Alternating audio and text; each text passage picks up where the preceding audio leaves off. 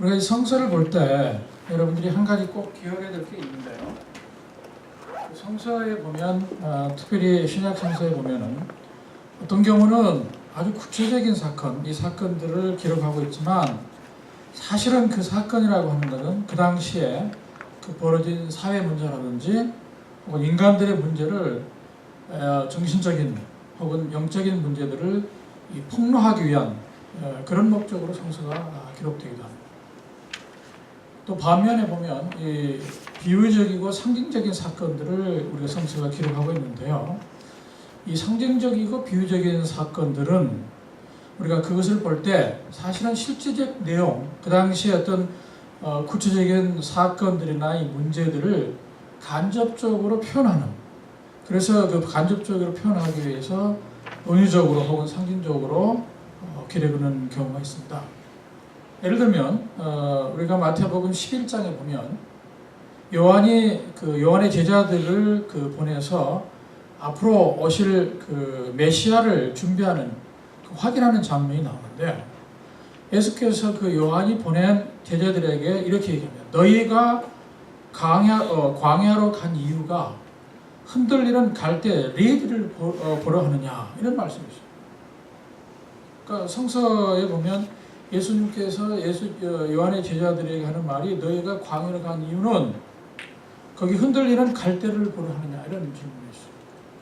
굉장히 구체적인 사건임에도 불구하고 여기는 굉장히 은유적이고 상징적인 요소가 들어있는데, 우리가 갈대라고 하는 것은 그 당시의 정황으로 보면 단순하게 흔들리는 강에서 이루어지는 그 갈대가 아니라 사실은 로마 황제에 관한 얘기입니다. 그 당시에 이 동전 은하를 보면 이 은하 속에는 거기에 황제가 그림이 있고 황제 뒤에는 이게 우리가 후광, 하울레라고 해요. 후광 밑에 보면 이렇게 옆에 보면 그게 리드라고 해서 갈대가 이렇게 후광을 쌓고 있습니다. 따라서 그 당시에 갈대라고 하는 것은 권력을 상징하는 것입니다.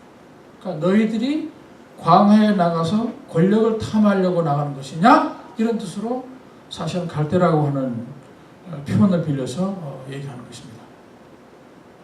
따라서 우리가 이 성서를 볼 때는 이 두 가지를 조심스럽게 염두에 두면서 성서를 이해할 필요가 있습니다. 오늘 우리가 읽은 이 이야기도 사실 실제 아주 구체적인 사건을 얘기하고 있지만, 그러나 이 구체적인 사건을 통해서 하고 싶은, 예수께서 우리에게 메시지를 주고 싶은 얘기는 그 당시의 사회적이고 또 사회적인 문제 혹은 인간들의 문제들을 폭로하고 있는 그런 대단히 상징적이고 은유적인 사건입니다. 오늘 성서 보면 예수께서 이 갈릴리에서 배를 타고 이 가라산 지방에 도착해서 해변가를 거닐고 계실 때 귀신 들린 사람이 찾아왔습니다. 그 사람은 옷도 제대로 입지 못하고 또 집에서 정상적인 그런 생활을 하지 못할 만큼 심각한 정신병을 앓고 있는 사람입니다. 그런데 그 사람이 예수를 보자마자 무릎을 꿇고 쓰러지면서 당신이 나와 무슨 상관이 있습니까? 그런 얘기를 하면서 그러니까 그 사람 그렇게 얘기를 하니까 너의 이름 What's your name? 이름이 뭐냐 그러니까 그 당시에 레지온이라고 합니다. 레지온, 군대라고 얘기합니다. 아까 제가 말씀한 것처럼 그 당시에 예수께서 보여주고 있던 혹은 표현하고 있던 사건들 가운데는 대단히 구체적인 사건임에도 불구하고 그 사건 뒤에 갖고 있는 더 큰 의미를 내정하고 있는 것이죠. 군대막이라고 하는 얘기를 하시는데, 이 군대막이라고 하는 것을 우리가 알기 위해서는 이 레지온이라는 것은 로마 병사에 관한 얘기입니다. 로마 군대에 관한 얘기인데, 그 당시에 레지온은 로마 병사 6,000명으로 구성된 한 군단을 얘기합니다. 그러니까 결국 말하면은 당신이 앓고 있는 정신병 안에는 이 6,000명이나 되는 엄청난 숫자의 이 마귀가 그 사람 속에 들어가 있다, 이런 얘기를 하고 있는데, 그런 다음에 이제 성서를 보면 예수께서 그 사람을 내쫓는 가운데서 그 사람에게서 귀신이 나와서 돼지에게 들어가서 엄청난 돼지들이 호수에 들어가서 익사하게 되는 이런 장면들이 나옵니다. 사실은 이 얘기는 예수께서 하고 싶은 얘기는 뭐냐면 이스라엘 백성들 가운데 정신병자가 굉장히 많았습니다. 실제로 정상적인 생활을 할 수 없는 사람들이 굉장히 많았는데 그 이유가 뭐냐면 사실은 이스라엘 백성들을 정신적으로 육시적으로 괴롭히는 사람들은 로마 제국주의의 억압이었습니다. 억압 속에서 그들의 권력 또 그 권력에 대한 횡포 이것을 통해서 이스라엘 백성들이 고통과 절망의 고민들을 알게 됐고 심지어는 많은 사람들이 죽게 됩니다. 말하자면 오늘 이 상황에서 보면 행복한 사람들을 탈취했던, 그러니까 이스라엘 백성들이 행복하게 살아야 될 사람들을 탈취한 것은 로마의 이 소위 군대 암이었습니다. 암이 이 군대 귀신이었다고 볼 수 있습니다. 이 군대들이 와서 사람들을 정치적으로 경제적으로 수탈하는 가운데 정신적으로 사람들이 피폐하게 된다는 것입니다. 행복을 탈각시켜버렸던 것이죠. 로마 전쟁이 벌어졌습니다. 이스라엘 백성들이 유대인들이 로마와 싸우면서 남자들은 다 들어가서 전쟁에 죽었습니다. 늙은 사람들과 과부들이 남았습니다. 어린아이들이 남았습니다. 과부와 이 과들만 남았습니다. 이런 상황에서 정신적으로 어려움이 없다는 자체가 비정상적입니다. 그러니까 로마가 정치적으로 경제적으로 사회적으로 억압하는 가운데서 억압하는 사람들에게 정신병이라는 건 당연한 것입니다. 예수께서는 바로 그 정신병자를 보시면서 그 속에 이것을 추동하고 있는 핵심적인 것은 로마의 업자라고 보는 것이죠. 억압입니다. 사실 우리가 이 2000년이라는 역사를 뛰어넘어서 21세기 현대인들에게 벌어지고 있는 현실, 저는 오늘 성서를 읽으면서 2000년 전에 벌어졌던 2000년 전에 한 병자가 정신병자가 정상적인 생활을 하지 못하고 자기가 누려야 될 행복을 탈각시킬 정도로, 그래서 그런 사람들을 예수께서 고쳐주신 것처럼 21세기의 군대 귀신은 레이저는 누굴까? 21세기 우리가 살고 있는 우리를 행복을 탈각시키고 우리를 고난을 만들게 하고 심지어 정신병자를 하고 심지어 많은 사람들이 스스로 자기의 목숨을 끊게 하는 그 군대 귀신이 무엇일까? 무엇일까요?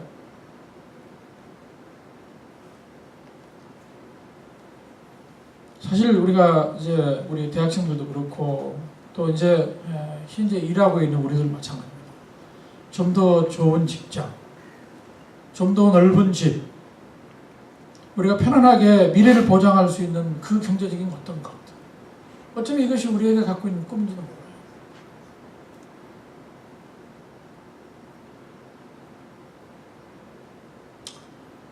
어떤 학자가 21세기에 군대 귀신은 누구일까? 이렇게 얘기하면서 선언적으로 만몬이라는 말을 했습니다. 옛날 고대의 그 신화에 등장했던 만몬이라는 신. 이 만몬이라는 신은 우리가 이 돈의 신입니다. 대단히 이기적인 신이에요. 욕망의 신입니다. 그러니까 21세기 우리의 행복을 뺏어가는 아주 핵심적인 귀신은 그런 면에서 만몬신이라고 볼 수 있어요. 21세기는 돈을 가지고 해결되지 않는 것이 아무것도 없습니다. 이런 걸 볼 때 우리가 이 탐욕이라든가 탐심이라든가 이것은 어쩌면 로마의 군대와 같이 정치적으로 경제적으로 그다음에 이스라엘의 힘없는 사람들을 억압했던 것과 같이 21세기에 우리의 삶을 앗아가고 있는 그 군대 귀신은 저는 그게 만몬이라고 생각합니다. 여러분 그 생텍쥐페리가 쓴 어린 왕자에 나온 얘기인데요. 그 아이가 친구를 사귀게 됐어요. 그리고 그 아이가 친구를 사귀고 나서 아빠에게 얘기를 했습니다. 아빠, 제가 새로운 친구를 사귀게 됐어요. 이렇게 얘기를 합니다. 근데 이 아빠는 자기 아이가 새로운 친구를 사귀었다는 것에 별로 큰 관심이 없습니다. 아빠가 묻는 질문이 그 집 아빠는 무슨 차를 가지고 있니? 그 아빠는 어떤 집을 갖고 있니? 이런 질문을 합니다. 그러니까 이 아이가 그 아이에 대한 얘기를 합니다. 그 집은요, 창문이 작지만은 꽃이 있고요, 지붕에는 비둘기가 앉아있어요. 이런 얘기를 해봐도 관심이 없어요. 그런데요, 아빠, 그 집은 60만 불이래요. 그때야, 그 집은 굉장히 행복한 집에 살고 있구나. 이렇게 설명해요. 어쩌면 이게 우리가 21세기 살고 있는 여러분과 내가 갖고 있는, 어쩌면 이 중증의 어떤 정신병자를 앓고 있는 그런 모습 아닐까요? 인간은 누구인가? 정의로운 인간인가? 사랑이 넘치는 인간인가가 아니라 어떤 집에 살고 있는가? 무슨 철을 갖고 있는가? 무슨 직장을 갖고 있는가? 이게 우리의 모든 관심입니다.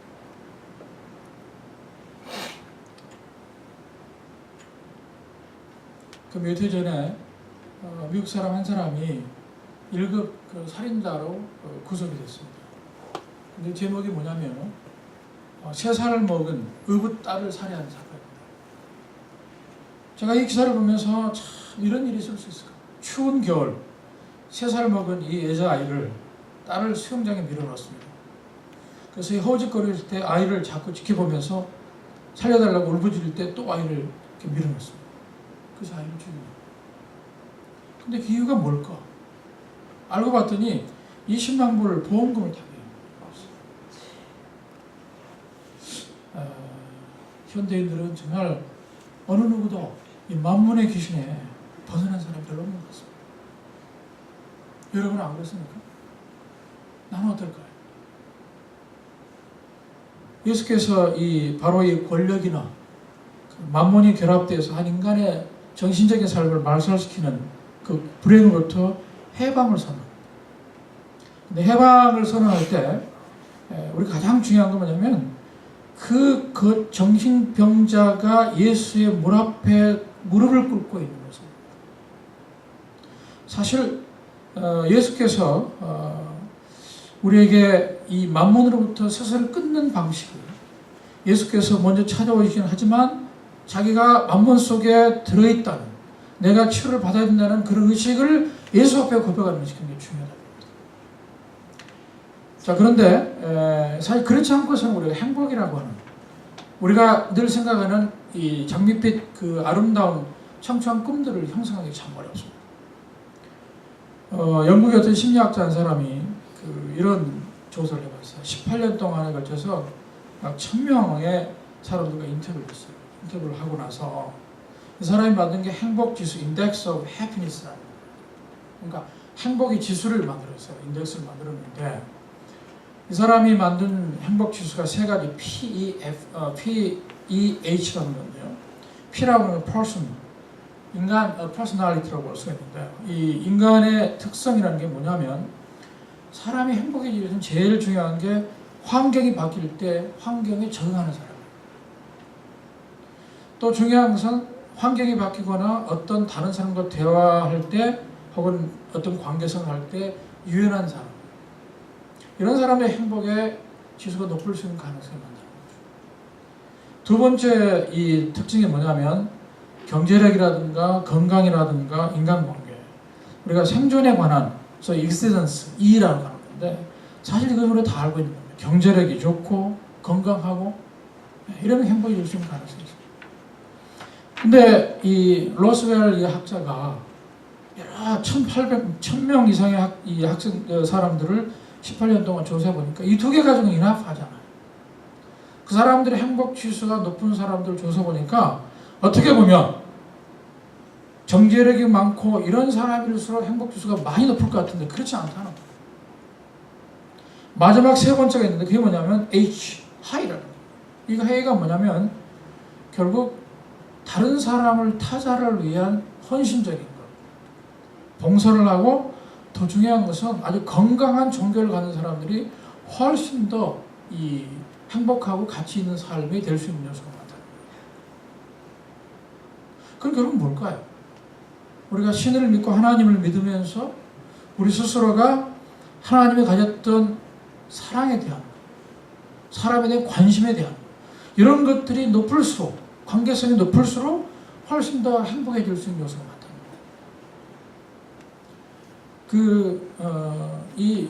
거예요. 의사들이요, 이 필라델피아에 있는 그 이태리 사람들을 조사해 본 적이 있어요.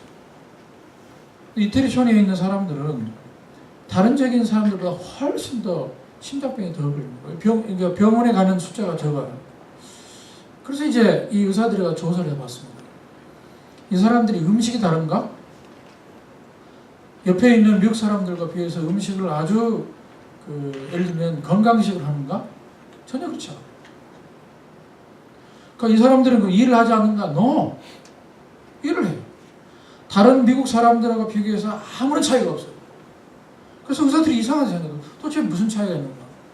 그리고 의사들이 철수를 했어. 하고 나서 인턴 의사들한테 6개월만 좀 조사를 해봐라. 아무리 조사해도 이 사람들이 이렇게 심장병이 발생하지 않고 다른 미국 사람들에 비해서 훨씬 이렇게 병원에 가지 않는 이유가 뭔지를 조사해봐라. 아무리 생각해도 이게 모르겠다는 거예요. 그 인턴들이 6개월간 조사해보니 딱 한 가지 차이가 있는 거예요. 뭐냐면 다른 미국 사람들은 굉장히 개인주의예요. 근데 이 사람들은, 이태리 사람들은 자기들이 길거리 가다가 만나면 막 웃고 대화하고, 보통 우리가 미국 사람들 하이하고 지나가는데 이 사람들은 뭐 해가지고 뭐 집안 얘기부터 아들 얘기부터 시집 가는 딸 얘기부터 계속 일을 하는 거예요. 주말에 되면 같이 모여서 축제를, 식사를 나누고 대화를 하고, 이런 관계성이라고 하는 것이 훨씬 사람들을 행복하게 만들어요.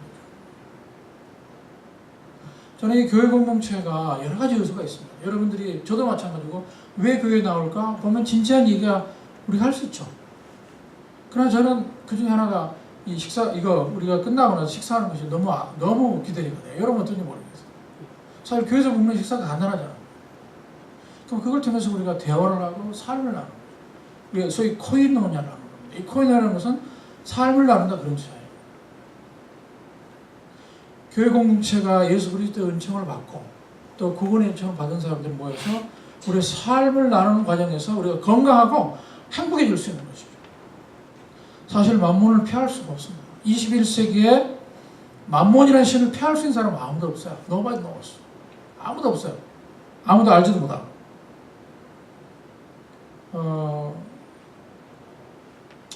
그 이스텔리는 교수가, 제가 지난번에 설교했습니다만, 이분이 그런 얘기를 했거든요.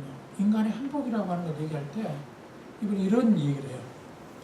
그 월스트리트에 가면 이 펀드 매니저들이 있는데 이 사람들이 연봉이 보통 작게는 수백만 불, 그 많게는 엄청난 숫자의 그 연봉을 받습니다.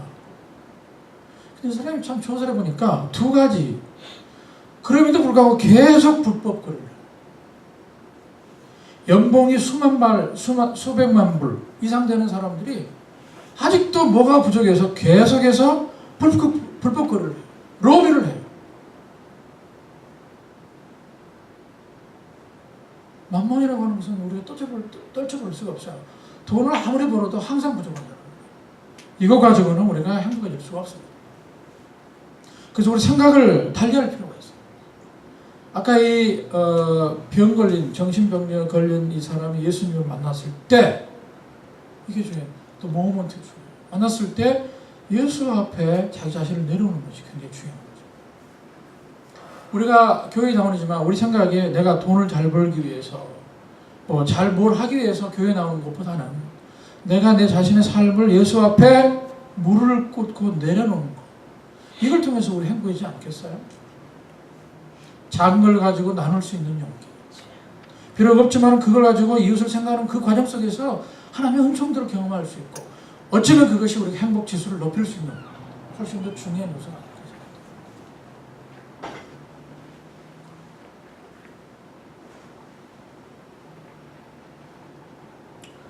오늘 우리가 성서에 등장하는 이 귀신 들린 사의 태도를 보면 말씀대로 먼저 예수님 앞에 나아왔습니다. 이런 태도가 우리가 참 중요한 것 같고요.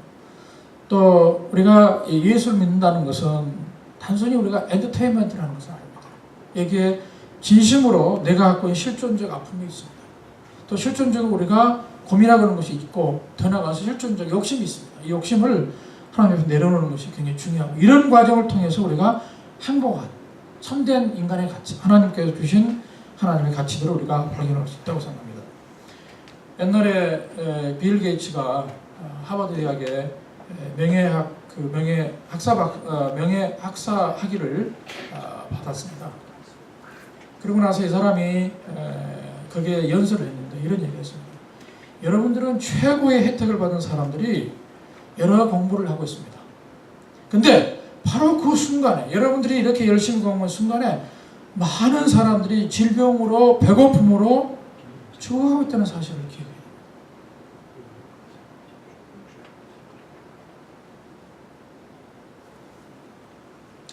저는 어쩌면 우리가 교회를 다니고 예수님을 믿는다는 것은 우리가 갖고 있는 기쁨이 있다면 그 기쁨을 나누면 2배가 됩니다. 우리가 갖고 있는 슬픔이 있다면 슬픔을 나누면 반으로 줄어듭니다. 어쩌면 예수님께서 십자가에 의해서 돌아가셨고 우리를 위해서 부활의 기쁨을 주실 때 이 부활의 기쁨 속에는 바로 이것이 들어있지 않을까요? 우리가 좋은 것을 함께 나누면 2배가 되고 우리 슬픔이 있으면 슬픔을 나누면 반으로 줄어듭니다. 이것이 부활의 기쁨입니다. 어쩌면 부활의 신앙일 수 있습니다. 행복이라고 하는 것은 저 산 넘에 있는 게 아니고요. 어쩌면 내가 고백하고 있는 그 순간 예수 앞에 무릎을 꿇고 하나님 실존적으로 내가 참 아파합니다. 내가 슬픕니다.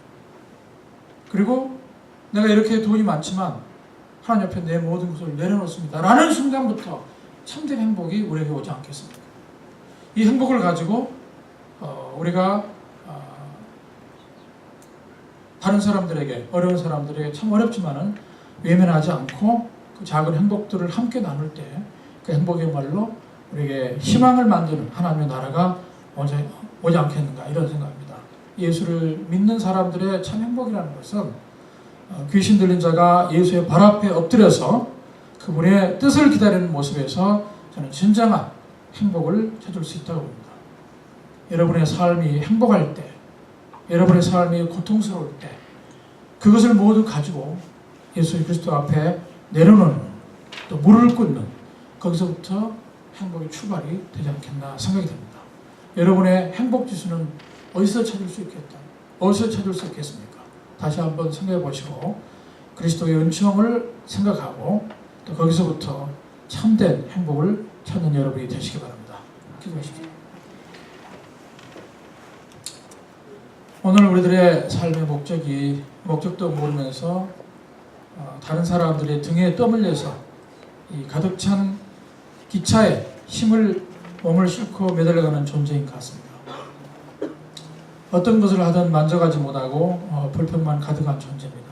마치 군대 귀신이 들린 사람처럼 가정도 그리고 이웃들도 몰라봤습니다.